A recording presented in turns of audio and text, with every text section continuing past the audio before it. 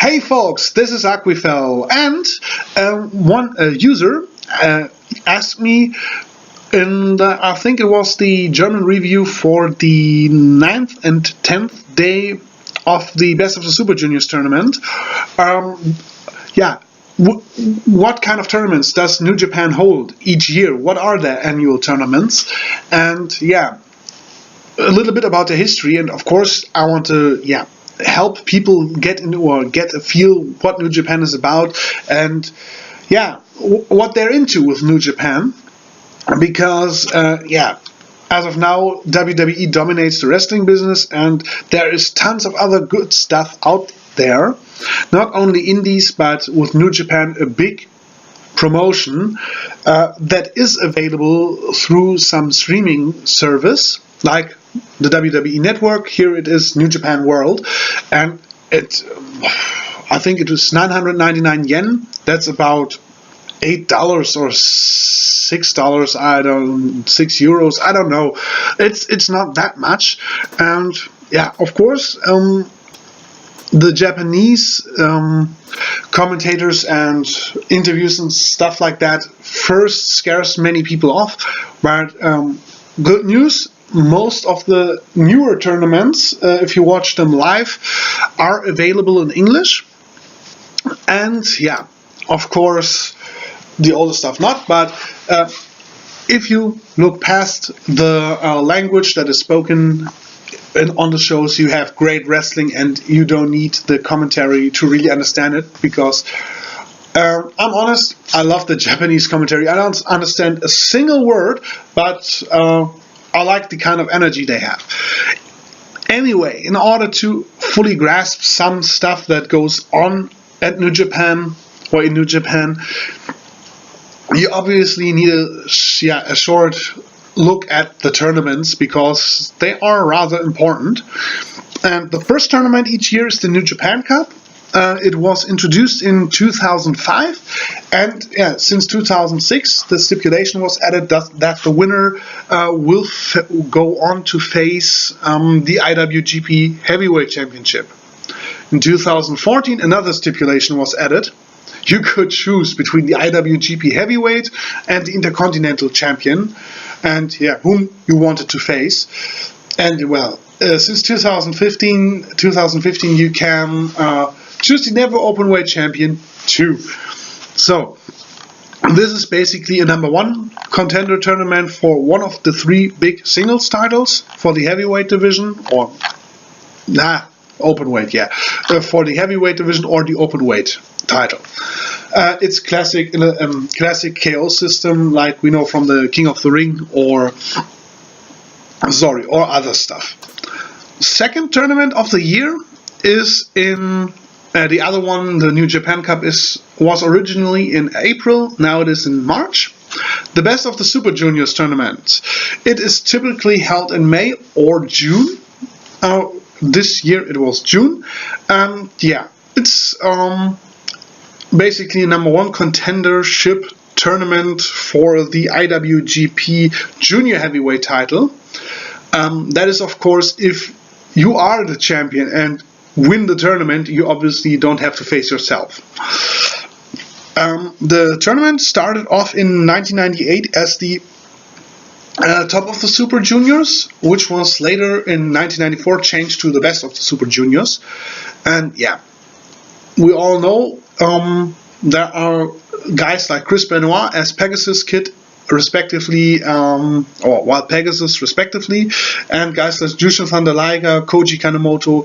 They won the tournament, and really in the mid-90s put New Japan on the map as the place for high flying, or this technical this awesome junior heavyweight style that many really didn't see before, at least not in that to that perfection. The tournament, as I said, is for the number one contendership of the title. That is since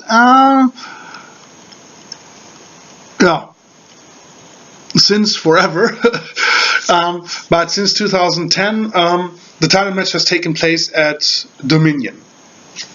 So basically you win, and at Dominion you get your title shot. Happened this year with Will Ospreay, so yeah. And yeah, as I said, it's round robin system with 2 blocks. You have, for example, 8 wrestlers block A, 8 wrestlers block B. They each face each and every one of their opponents in their respective block, and the winner of the blocks face each other in the finals. In the past, we also had semifinals, but yeah, this year in 2015 it was just the finals. So anyway, following that in the summer, yeah, usually in August. Sometimes it starts in July, but it always ends in August. Is the G1 Climax, the biggest tournament New Japan Pro Wrestling has. And yeah, well, the history, it was started off in 1974 as the World Tag League, became the MSG League, became the International Wrestling Grand Prix, which Hulk Hogan won in 1983, and yeah, he even got a belt, and it's not the IWGP Heavyweight belt. That to this day would really put shame on the title. I really don't like Hulk Hogan. The International Wrestling Grand Prix, yeah. In 1989 there was the World Cup tournament, which Riki Choshu won, and yeah. These early years basically were dominated by Antonio Inoki, who founded New Japan Pro Wrestling. I mean, out of 3 or 7, 9, 11, out of 16 tournaments, Antonio Inoki won 10. Choshu, 2 times Andre the Giant, and Hulk Hogan, and 2 times Seiji Sakaguchi won. And the rest, Antonio Inoki. Okay, he was the biggest star back then, you gotta admit that. But, well, since 1991, finally it became the G1 Climax and stayed that way since then. And yeah, it's basically the number 1 contendership tournament for the IWGP Heavyweight title. But since 2012, there's a little stipulation that makes it even more important. The biggest show held by New Japan each year is Wrestle Kingdom in Tokyo Dome. It's basically their WrestleMania. And whoever wins the G1 Climax gets a title shot at that particular event. And yeah, it's like winning the Royal Rumble. But instead of having one night, 60-minute match on one night, you don't even have to participate in for 60 minutes. And yeah, throwing people over the top rope and lots of booking crap. Here you have a 4-week tournament in which you have to at times wrestle. Basically, you have to wrestle 10 times in 1 month and deliver big matches in order to really win here. It's always nice, and the thing about the G1 Climax, why I really stress that with the great matches, in these 4 weeks, it's not like the King of the Ring tournament matches where, well, it's a 3 to 5 minute squash in which basically nobody really wrestled, or practically nobody really wrestled. We're talking at times 15 to 20 minute bouts, and virtually every other day. 1 day resting, 1 day off, and 1 day resting, 1 day off at times. So it's really, really a stressful tournament. But in these 4 weeks, the participants, going with the Meltzer ratings here, they produce more quality wrestling than WWE does all year in terms of the Meltzer ratings. There's always a 5-star match in there somewhere in the last years. There are lots of 4.5, 4 3/4 stars matches, and WWE needs a big event and the best talent to have such a match once in a while. New Japan is like, G1 Climax, yeah, well, bam, they all suddenly do it. Maybe Meltzer's a fanboy, I don't know, but the G1 Climax is an important tournament and always awesome to watch. Sure, there are weaker days, but there is always something in this tournament that really gets the attention of the international wrestling world, who wants to watch, or who is open to watching New Japan. So, another tournament is the Super Junior Tag Tournament, and yeah, it's been around since 2010, and basically the first one was to crown the IWGP Junior Heavyweight Tag Team Champions, the title which was introduced in 1998, but I don't really know why they had this tournament to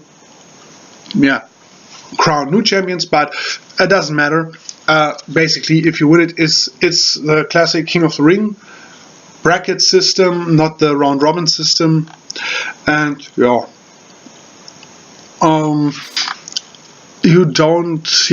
can get a title shot for the IWGP Tag Team title if you want it.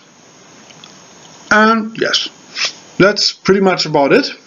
It doesn't have a long storied history, and it's a rather short tournament in comparison even to the New Japan Cup. So it's very new. So maybe it'll get a little bit more fascinating in the future. So the final tournament of the year is the G1 Tag League, or as we now know it, the World Tag League. Started out as the MSG Tag League in 1980, and guess what? Most of the time, Inoki was in the winning team too. Well, since 1999, it was the G1 Tag League, and since 2012 it's the World Tag League.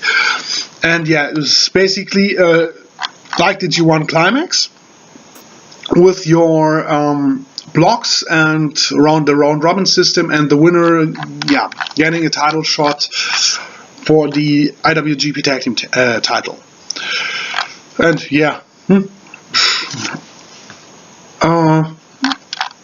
due to it being very late in the year, often you have the title shot at the Wrestle Kingdom show.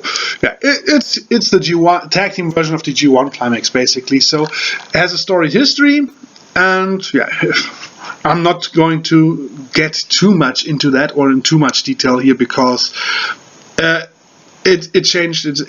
has changed its name very, very often, and tons of winners, and really it's a nice tournament to finish off the year. And well, hopefully I could help you. Cotton Hole, I have done the video in German too, and I don't know which Cotton Hole prefers to watch English or German, and now he can watch it in both languages. And I really hope that some people who watch this, it helps them a little bit get a better understanding of the stuff that at times happens at New Japan Pro Wrestling, because it's really worth watching, and basically their big events are almost every time lots better than what WWE does, because you have much more quality there. Even in the mid card, there isn't one or two big main events and a crappy mid card. There are one or two big main events that are almost every time absolutely fantastic, with a solid to very strong mid card. And don't be afraid, because it's Japanese. You can watch it in English, and please do so, because WWE needs some threats to themselves. And you all have seen Shinsuke Nakamura. He was one of the major stars of New Japan, as was AJ Styles, and these guys are among the absolute best in the world, and with that, the absolute best in WWE, without a question. So, anyway, hopefully I could answer Cottonhole's question and maybe help some of you out, getting a little overview what these tournaments are about. Mostly number one contenderships, but anyway, so long. Hopefully you'll tune in next time.